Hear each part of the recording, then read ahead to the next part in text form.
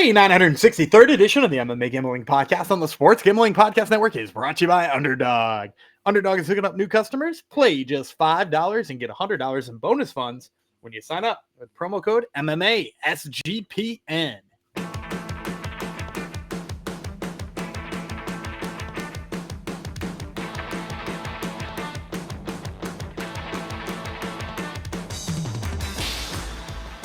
Howdy ho, DeGenerinos. Welcome to episode 963 of the MMA Gambling Podcast on the Sports Gambling Podcast Network. It's dedicated to another one of our friends in the Discord, 2xT, who I don't think we've ever discussed on the show. So this goes out to 2xT.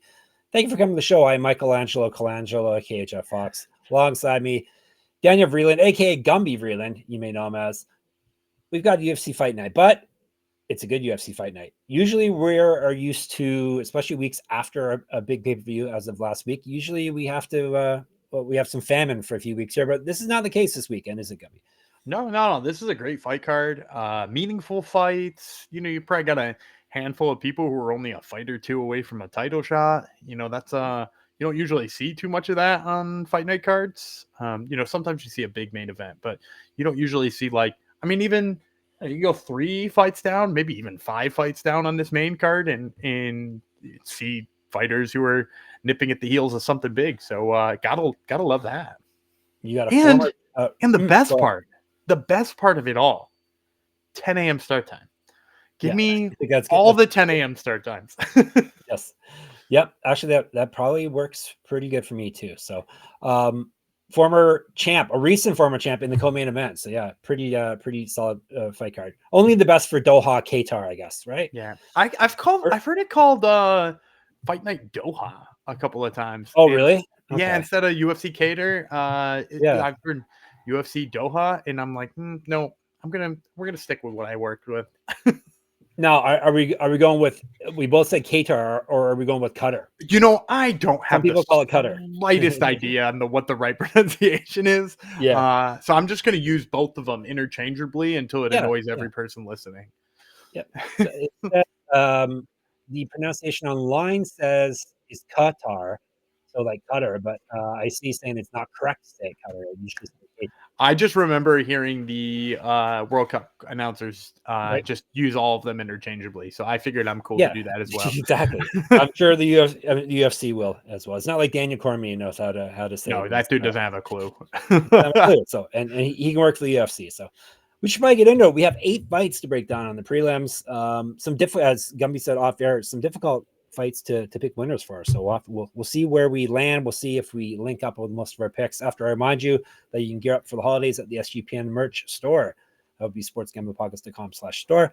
The perfect gift for the degen in your life. Promo code HOLIDAY for 25% off everything at checkout. Yes, all the MMA Gambling Podcast gear, including this sticky shirt I'm wearing right now. 25% off with HOLIDAY. All right, as we said, we're going to Qatar. It's UFC Fight Night. Sarukian versus Hooker, Doha, Qatar. It is Saturday, 10 a.m. as Gumby said as well. That's the fights we're covering today. The 10 a.m. start time on the prelims. So main card I think is 1 p.m. If you want to go to it, Ali bin Hamad Al Attiyah Arena is where it is in the Doha of Qatar. So let's break down the first fight, shall we? It is a heavyweight bout, which means these guys must be totally horrible, Gumby, if it's opening a fight card. They're not. At least one of them isn't. We'll find out which one is not very good and which one is good. Marek Bujło, he is from Poland. Denzel at Freeman, he is from the United States. They are both debuting heavyweights as well here, so that is interesting. We'll tell you about Bujło first. Bujło, that would be the Polish fighter. He's 6-0, 3 knockouts, 3 submissions, so he's finished everyone. This is his debut.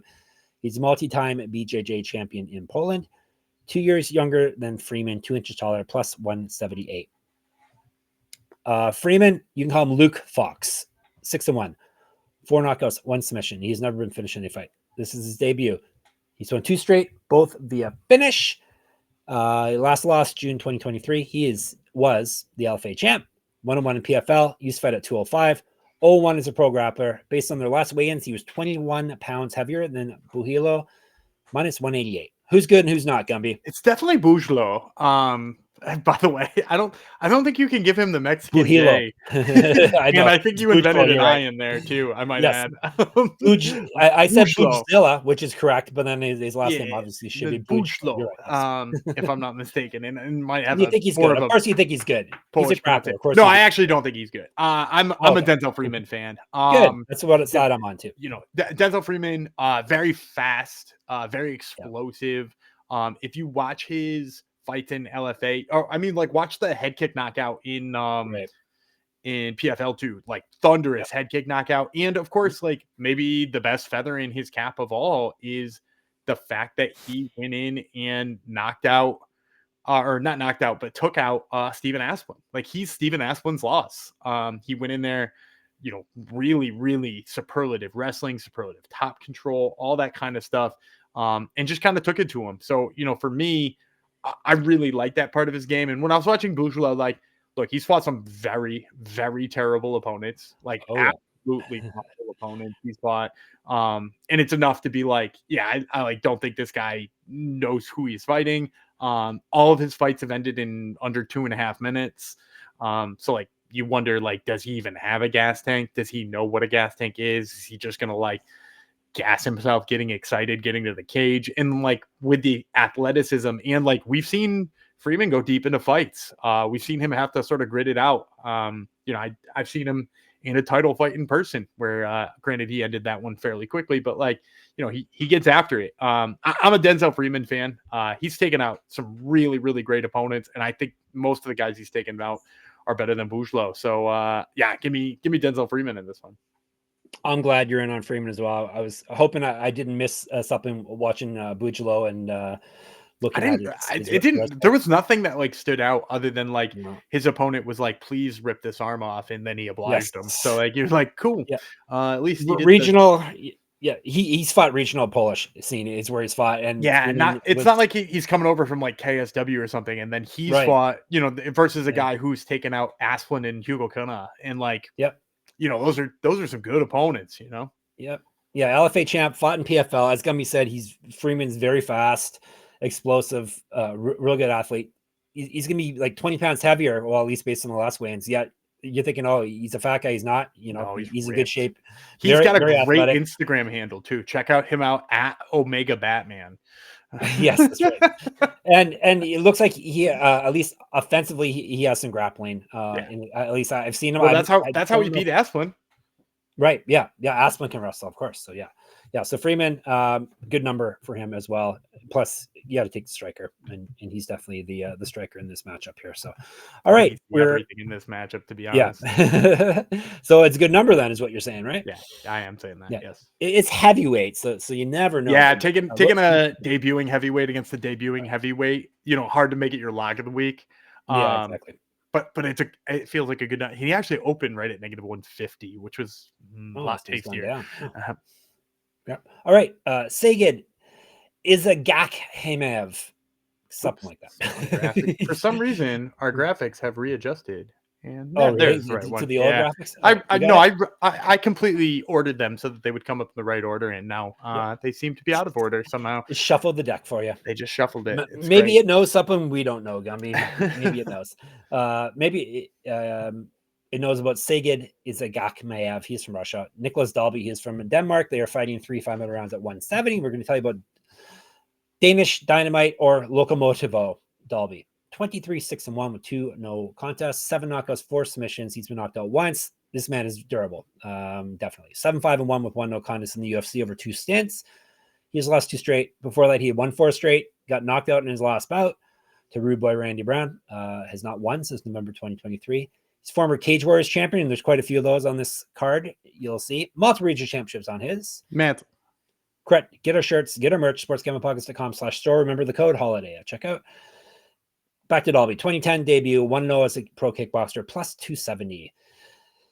Izagakhmaev, 22-2, 4 knockouts, 12 submissions. He's been submitted once, so he's durable as well. This is his UFC debut. He's won 5 straight TKO win in his last bout. That was back in November 2022, though.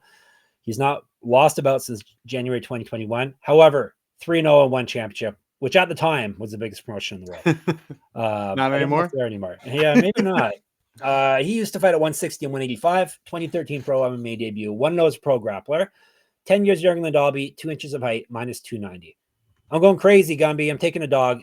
Apparently, he's not as crazy, though, because it seems everyone in our Discord is in on this dog as well. So you may want to bet that if you're on my side, you may want to bet this line quick before it starts dropping. I think Dalby is a very hard guy to fight, especially in your debut, especially when you have not fought in 3 years. And that fight was against Shinya Aoki, who was a decade past his prime at that time and isn't a striker to begin with. He just won this weekend, I think. Aoki did. Oh, really? I'm wrong about that? Yeah, depends who he fought. So yeah. I mean, they could have him in a setup. No, the Dalby's just, as I said, super durable, hard to take out. Even though he finally got knocked out in his last bout. What was durable? That's the problem. That's a concern. His age, he's 41. There are concerns. He's 41 and he just got tagged by Randy Brown. Just got tagged. Yeah, there are concerns, but I still think at plus 270, I'm willing to take a spin on a guy who has fought at this level extensively and has actually fought in the past 3 years. Yeah, and the layoff for me is a little bit hard for Izagakhmaev, but I'm still going to pick him. He's not just like a regional guy coming in here off of like a massive layoff. Like, this is a guy who's fought really high level of competition, and I know you can rag on his fight against Aoki, but this is a guy who beat James Nakashima and like did so pretty handedly. Like, he manhandled Nakashima, and like Nakashima should have been in the UFC years ago. Like, that was he's an MMA lab guy who like dominated over in ONE FC for a while. Like, he's super, super, super solid. And Izagakhmaev ran through him like he wasn't even there. Like, took him down, was beating the hell out of him on the ground, wound up with like it didn't even look like that Darius choke was really in, and the way that he finished it and got Nakashima to tap. So for him to have been like that good and that solid, and really, I think the UFC tried to sign him a while ago and ultimately like ran into some like contract problems with ONE. But now that he's a free agent, he got on over here, man. And you're right, Dalby's a tough out to start, which is probably why I can't get there on negative 290. Right. But I do still think he kind of wins this fight. I'm worried about Dalby's takedown defense. I'm worried about Dalby's chin. Because again, another thing about this is too, I think some people see Izagakhmaev and with that name and, all the submission wins and think like, oh, this is just like another one of those wrestlers. Like, no, he is a really good striker too. The knockout over Aoki notwithstanding, right? Because you don't want to give him too much credit for that. But like, he stood and traded with Nakashima pretty well. And he looked really good on the feet too. He's like a pretty good kickboxer. So I like Izagakhmaev. Again, I probably won't wind up there on too big of a play, but that's my pick for this fight. All right, it may be the Discord versus Gumby, which is rare. Usually we're not against you. So there was somebody who just said that they were backing the Brinks truck up to Izagakhmaev or putting his mortgage on it or something like that. Yes, I was like, maybe don't do that, but like I'm in on him too. Yeah. All right, let's get you another play, shall we? We were just warned as we were starting to record here. We were warned we have to take one of the men in this bout. Our friend Weight Watcher Venizi says we have to take someone in this bout, which would be Nurullo Aliev. I didn't catch that instruction, but I hope I don't disappoint. Didn't you? Nurullo Aliev versus Shaquem Rock. I wonder who that is. Anyhow, Rock is from the United Kingdom. He's from the United Kingdom, more specifically Ireland. Aliev is from Tajikistan. Another newcomer to the promotion. We have quite a few newcomers this week as well. You can call him Shem Rock. Now you know who we're talking about because Shem Rock's coming into town. He's 12-1-1, Mr. Rock. 2 knockouts, 9 submissions. He's been knocked out once. This is his debut. He's won 4 straight, and he's gone 6-0-1 over his last 7. He's fought extensively in Octagon, at least recently. Cage Warriors too, or am I getting my promotions mixed up? Did he fight in Cage Warriors or Octagon? He's mostly Octagon, but I don't know if he maybe had some early career fights in Cage Warriors. I shouldn't have questioned myself. I was right from the get-go. It was Octagon. Okay. So he's fought high level competition. That means he's not lost since October 2021. Multiple region championships on his mantle. Correct. Get our shirts, get our merch, get all the good stuff. sportsgamblingpockets.com/store. Remember, checkout code is holiday. He's fed at 145, 2 inches taller than Aliev, plus 245. So our Discord, obviously, he's not listening to our Discord. The betters. Tajik Eagle, Aliev, 10-0 with 2 knockouts, 2-0 in the UFC, 1-0 contender series. Has fought at 170 and 155.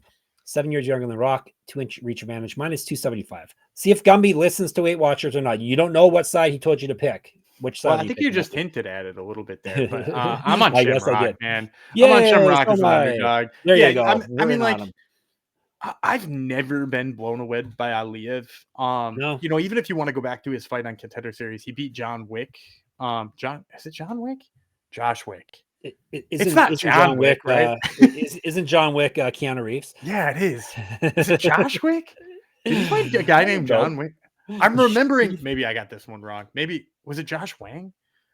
Was it? That's even funnier. That's a different guy.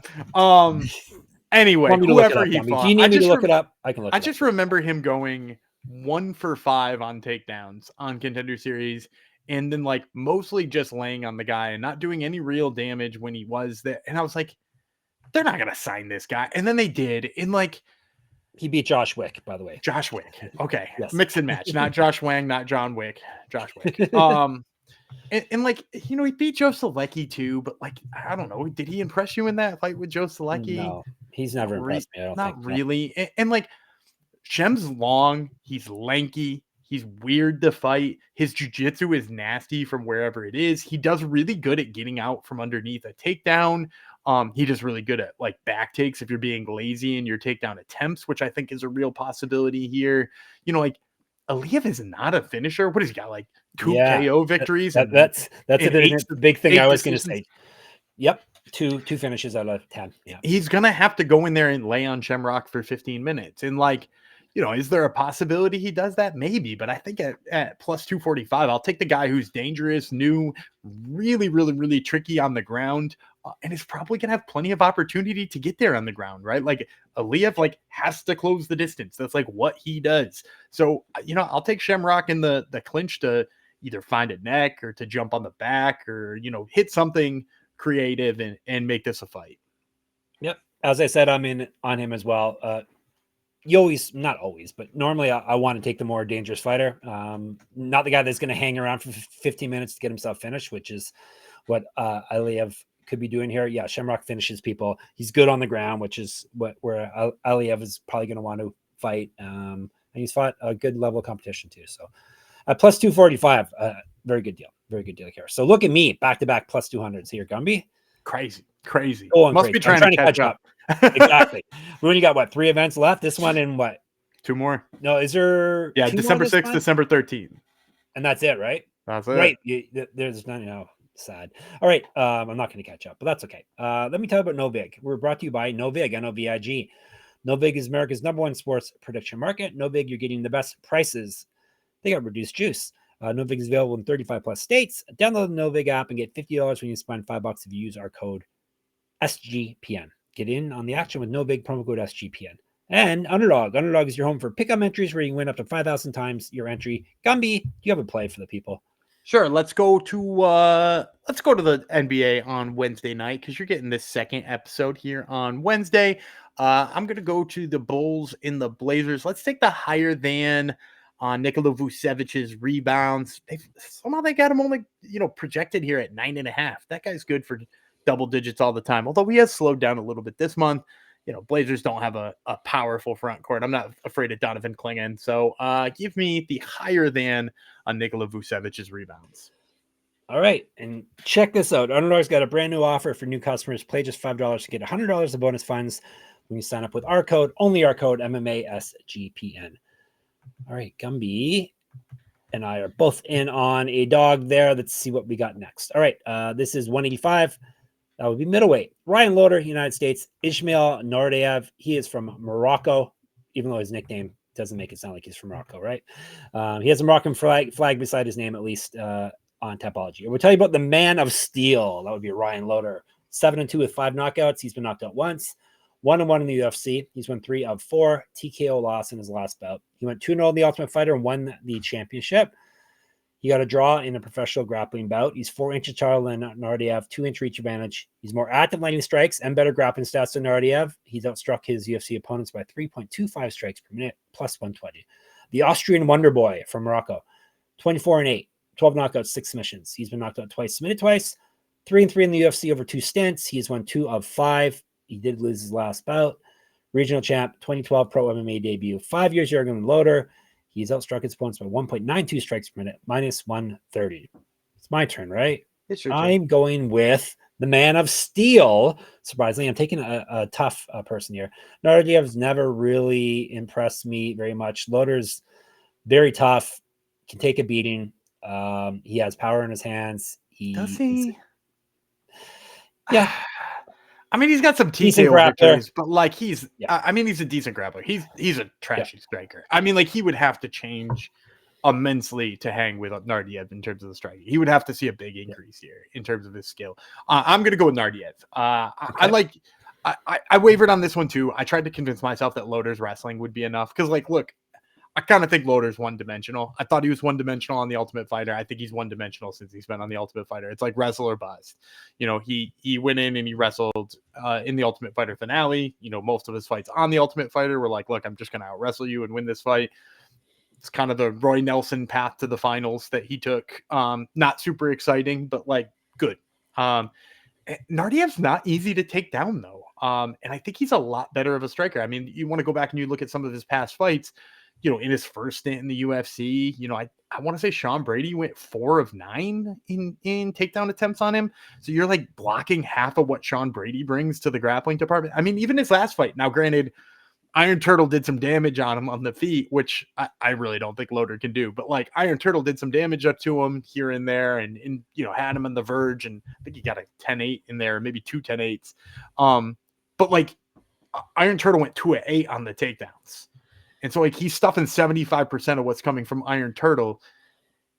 I don't know that I love Ryan Loder in the grappling game there. And Naurdiev has got some like kickboxing background and he's had some good fights on the regional scene. And, you know, like, you know, he's not looked good in the UFC and he's had some bad fights outside of the UFC too, for that matter. But I still think he's a better kickboxer. And I think he has the ability to keep this on the feet. So, and those two things are enough to win the fight. So I'm going to go with Naurdiev in this one. All right. Austrian Wonder Boy. So you're in on, I'm in on so many dogs compared to you, Gumby. You're going crazy. You're going nuts, man. I told you I'm going to go nuts. All right. We are going to bantamweight now. Bekzat Almakhan. He's from, Kazakhstan. Uzbekistan. Yeah, he's Kazakhstan, right? Yep. He's Kazakh. He's fighting Aleksandre Topuria. You know that last name. You know, they are from Georgia. 3 5-minute rounds. This one is a very close one on the books. Almakhan is a Turin warrior, 12-2, 10 knockouts, 1 submission. He's been submitted once. He has his rounds. 1-1 in the UFC. He's won 9 of 10. Won his last bout via knockout. He's fought at 145. He's a year younger than Topuria. He's been outstruck in the UFC by 3.61 strikes per minute. He's at plus 120. El Conquistador is Topuria, 6-1, 3 knockouts, 2 submissions. He's been knocked out once. 1-0 in the UFC. He's won 4 straight. He's not lost since May 2015. He's fought at 145. Better striking stats than Almakhan. 4 times more active landing strikes, but he's only fought once, Topuria. So pump the brakes there. Better grappling stats as well. He outstruck his opponent in his debut by 0.2 strikes per minute, minus 108. So my turn or your turn? Yeah, your turn. My turn. I'm gonna go with Bekzat Almakhan. Okay. Did you have him as an underdog or as a favorite? Plus 120. Oh, he's up to 120 because he was a favorite like very recently, like maybe as early as yesterday. But yeah, I'm gonna go with Bekzat Almakhan. Like if you watch his fights, like obviously on 3 days' notice against Umar Nurmagomedov, yeah, maybe he didn't look great in that fight. He did drop Umar though. You know, I think, you know, people should remember that like in that fight he hit Umar with a shot and dropped in and made a lot of people question whether or not Umar was even good for a second. And then he comes out in that second fight and he just absolutely manhandles Brad Katona, hits him with that gnarly uppercut, you know, just like looked really good. And that's what I like about him is like the hands are excellent on his side. I wasn't blown away by Topuria's debut. He was the guy debuting with plenty of notice against like a short notice replacement in Colby Thickness. And you know, Colby Thickness is not bad. You know, he's a decent prospect there too, but you know, he kind of struggled and like needed some takedowns and, you know, he eventually like, you know, took over in the way he probably should have. But, you know, even the regional fights I watched from Topuria, like he's not his brother. Like I feel like we're feeding Yeah. this line because of who his brother is and not Exactly. who he is. We're paying his brother's prices here. Yeah, we're paying Aaliyah prices for Right. Aleksandre. So I kind of like Almakhan. I think his boxing's just like a little bit sharper, a little bit crisper. It comes with more diversity. He's not just like ripping hooks. He's like more willing to throw, uppercuts that are going to surprise you and work to the body and all that kind of stuff. And I think his wrestling defense is good enough to stuff Topuria too. So yeah, give me Bekzat Almakhan. Yeah, I'm in on him as well. I don't really want to take Topuria in this matchup as a favorite. More power on the feet, better striker. Topuria, if he hangs around like he did in the Colby thickness fight, he could be in trouble because Almakhan finishes people. So let's go dog. Why not? Right? I'm going dog crazy. Yeah, he got hit. I got the numbers right here. He got hit 38 times by Colby Thickness, who's like kind of a grappler taking that fight on short notice. Right. And he only landed 41. Not a lot of output, not a lot of control. Yeah, it's just not there for me on Topuria. Yeah, not yet, at least. No, yeah, sure got room to grow. Yep. All right, let's go to 125 now. Kyoji Horiguchi. I hope he makes it to the cage, Gumby. He's back. He's fighting Tagir Ulanbekov. They're fighting at flyweight, as I said, 3 5-minute rounds. We tell you about the Typhoon first, Horiguchi. 34-5 with 1 no contest, 15 knockouts, 5 submissions. He's been knocked out twice, submitted once. This is his debut into the UFC. His first stint, he went 7-1. Then UFC decided they're going to get rid of flyweight, but they didn't get rid of flyweight. So yeah, good plan. Yeah, he's won 3 straight and gone 5-0 with 1 no contest over his last 6. He's not lost a fight since April 2022. He's got multiple regional championships on his mantle. Correct. Get our shirts, get our merch, sportsgamblingpockets.com/store, holiday at checkout. He's fought at 135. He went 2-2 with 1 no contest in Bellator and was the champion there. RIP Bellator. 2010 pro debut. 0-1 as a kickboxer. Better striking and more active landing strikes than Ulanbekov. He's outstruck his opponents by 1.15 strikes per minute. He's at plus 170. Ulanbekov is 17-2, 1 knockout, 8 submissions. He's never been finished in a fight. 6-1 in the UFC. He's won 4 straight and 9 of 10. He's not lost since March 2022. Multiple regional championships on his mantle. Correct. Remember, merch at sportsgamblingpockets.com/store, and then the code is holiday. He's fed at 135, 2013 pro MMA debut. He also has multiple Sambo championships on his mantle. A 2 inches of height, 4-inch reach advantage over Horiguchi. Better grappling stats. He's outstruck his opponents by plus 0.01 strikes per minute in the UFC. So basically a wash. He's at minus 185. Am I going dog again, Gumby? What do you think? Am I going dog again? Is it you or me? I am going. It's me, I think. I think it's me. Yes. Sure, go for it. I'm going dog again. Horiguchi, better striker. I don't know if I'm just picking him because I like him and I want him to do good again. But no, he's maybe me too. He's a much better striker. He's a way better striker. In way better. And he's just like overrating Ulanbekov's ability to wrestle too. I feel like we have been for years. Like everybody can wrestle a bit too. Right. Kyoji can definitely wrestle too. But like I feel like every time Ulanbekov is brought up, they're like, oh yeah, well, he's got those Samba championships. And like, yeah, he also failed to wrestle Tim Elliott. Like he could not do it and was losing that fight. And like I think the Tim Elliott game plan, other than holding Ulanbekov's gloves repeatedly, but like I think his ability to like get in his face and like make it nasty.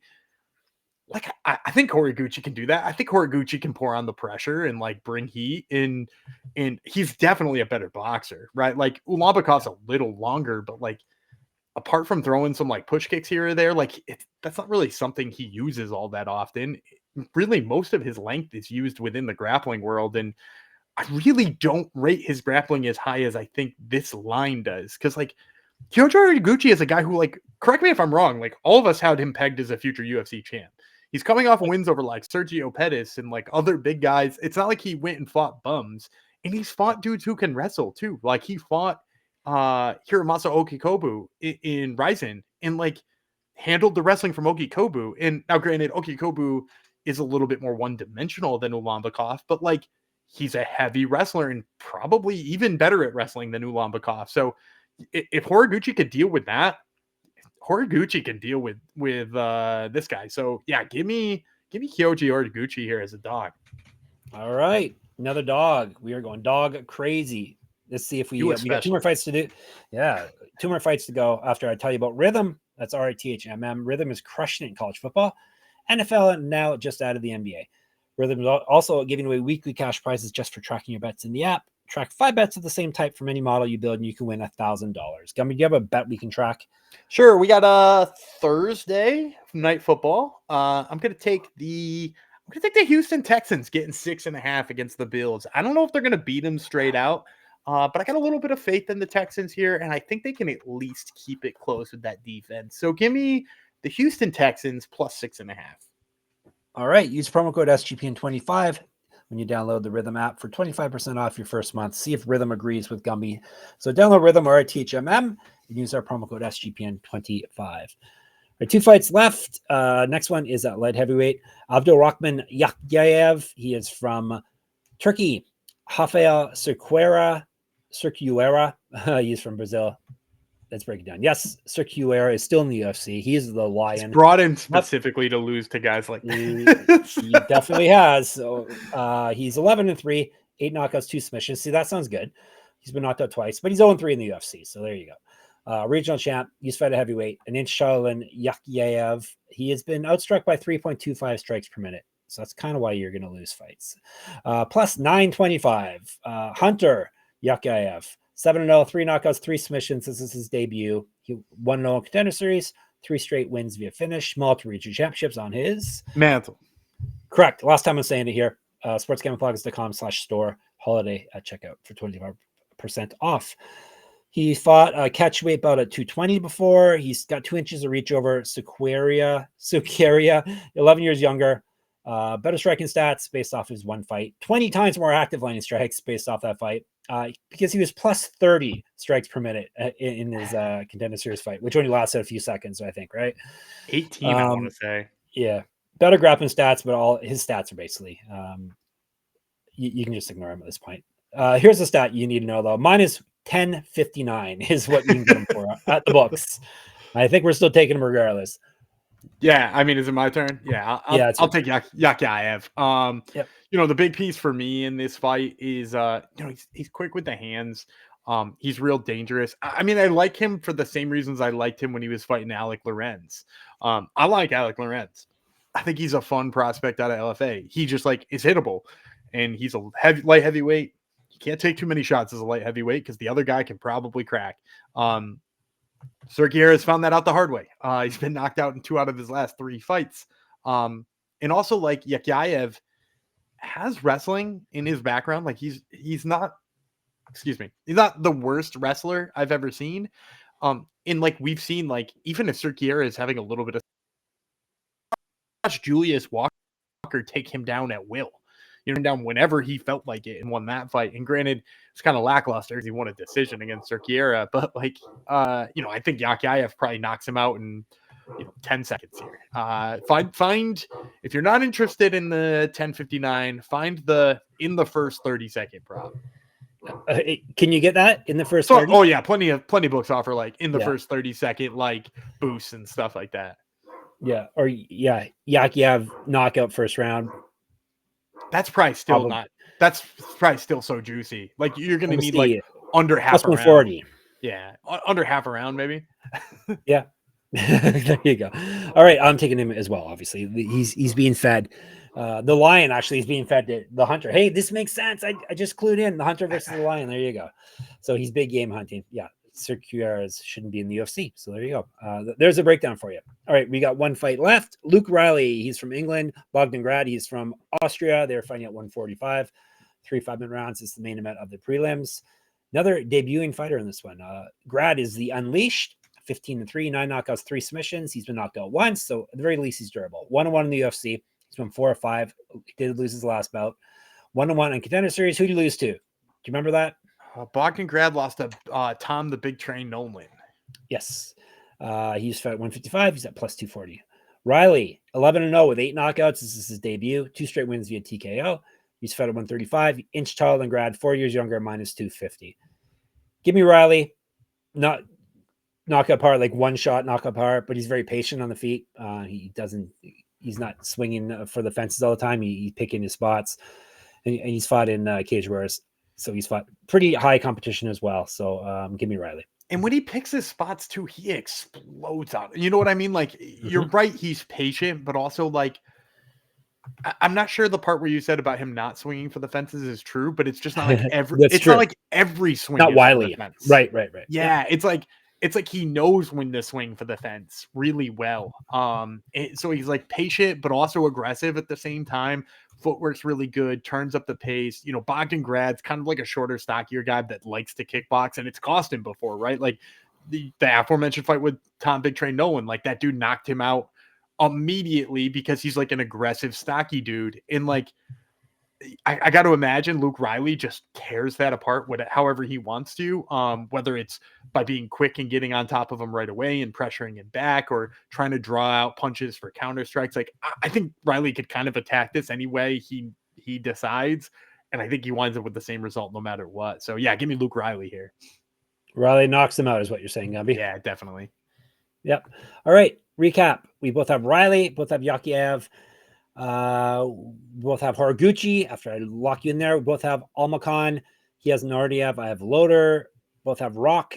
I have Dalby. He has Izagakhmaev, and we both have Freeman. So I went a little dog crazy, which is good. Hopefully I hit at least half of them. You can talk to us in the Discord, sportsgamblingpodcast.com/Discord. You can talk to us on YouTube at MMA Gambling Podcast. Talk to us on Twitter, SGPN. Let's try that again, SGPN MMA. He's at Gumby Vreeland. I'm at Jeff Fox Writer, at Jeff Fox Writer on Instagram. Check out my Substack. You can enter my free UFC Pick'em contest, and check out my articles at moneymma.substack.com. Gumby talks to interesting people in the MMA world on his Top Turtle podcast this week. Who are the interesting people? Volkan Ozdemir, who we'll talk about on tomorrow's episode, and Shannon Clark, who we talked about on LFA 221 when she defended her title. And she's talking about her next steps in MMA. All right, so check it out. And of course, we are at sportsgamblingpodcast.com, sportsgamblingpodcast.com/store. Remember the code holiday for 25% off, sportsgamblingpodcast.com/Patreon for bonus content. Now, Gumby's going to bid you farewell. I'm Dana Gumby Freeland. He's El Conquistador, Jeff Fox, and we will see you tomorrow.